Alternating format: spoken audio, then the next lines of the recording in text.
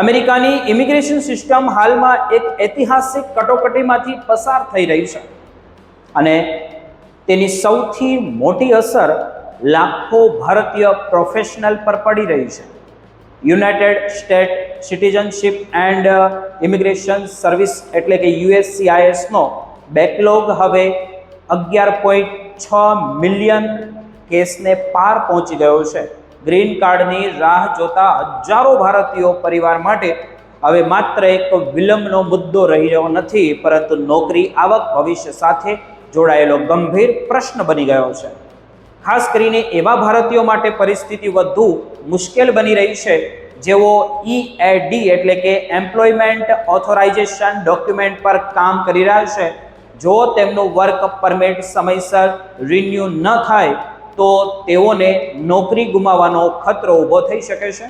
American immigration કાઉન્સિલના report મુજબ છેલ્લા 10 વર્ષમાં USCISનો બેકલોગ 3 ગણાથી પણ વધુ વધી ગયો છે.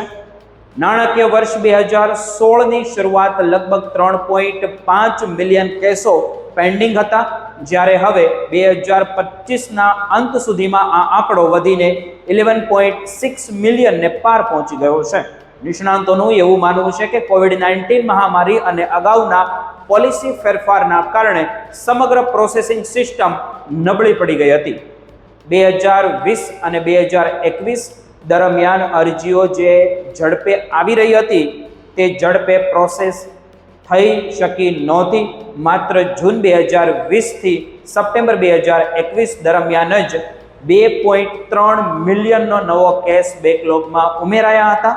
એપ્રિલથી જૂન 2021ના સમયગાળામાં USCISને 2.6 મિલિયન અરજીઓ મળી હતી, પરંતુ તેમાંથી માત્ર 1.7 મિલિયન જ પ્રોસેસ થઈ શકી હતી. એટલે કે માત્ર 3 મહિનામાં જ લગભગ 8,66,000 કેસો વધુ બેકલોગમાં ઉમેરાઈ ગયા હતા. હવે સૌથી વધુ ચિંતા EAD રિન્યુઅલમાં થઈ રહેલા વિલંબને લઈને છે. ઓક્ટોબરથી ડિસેમ્બર 2024 દરમિયાન લગભગ 1,54,000 EAD રિક્વેસ્ટ પેન્ડિંગ હતી, પરંતુ જુલાઈથી સપ્ટેમ્બર 2025માં આ સંખ્યા વધીને 3.73 લાખથી વધુ થઈ ગઈ છે. આનો સીધો અર્થ મિત્રો એ છે કે હજારો ભારતીય IT પ્રોફેશનલ, એન્જિનિયર અને હેલ્થ કેર વર્કર્સ પોતાની નોકરી અને લીગલ સ્ટેટસને લઈને અનિશ્ચિતતામાં જીવન જીવી રહ્યા છે કે જીવન જીવવા મજબૂર બની ગયા છે. જો કે અમેરિકન ઇમિગ્રેશન નિયમોમાં ઘણા ગ્રીન કાર્ડ અરજદારો માટે ઓટોમેટિક EAD એક્સટેન્શનની સુવિધા પણ આપવામાં આવી છે. જો અરજી સમયસર અને યોગ્ય કેટેગરીમાં ફાઇલ કરવામાં આવી હોય તો ઘણા કેસોમાં વર્ક ઓથોરાઇઝેશન આપોઆપ જ વધારી દેવામાં આવે છે. પરંતુ નિષ્ણાંતો ચેતવણી આપી રહ્યા છે કે માત્ર એપ્રુવલ નોટિસની રાહ જોવી પૂરતી નથી. અરજદારોએ પોતાની રિસિપ્ટ નોટિસ, ફાઇલિંગ તારીખો અને કેટેગરીની યોગ્યતા સતત ચકાસતા રહેવું જોઈએ, કારણ કે નાના જે કંઈ દસ્તાવેજી ભૂલો હોય નાની તેમના કારણે પણ ઘણા લોકોને નોકરીમાં ગેપનો સામનો કરવો પડી રહ્યો છે. બીજી તરફ પેન્ડિંગ પિટિશન અને રિજેક્શન રેટમાં પણ ભારે વધારો નોંધાયો છે.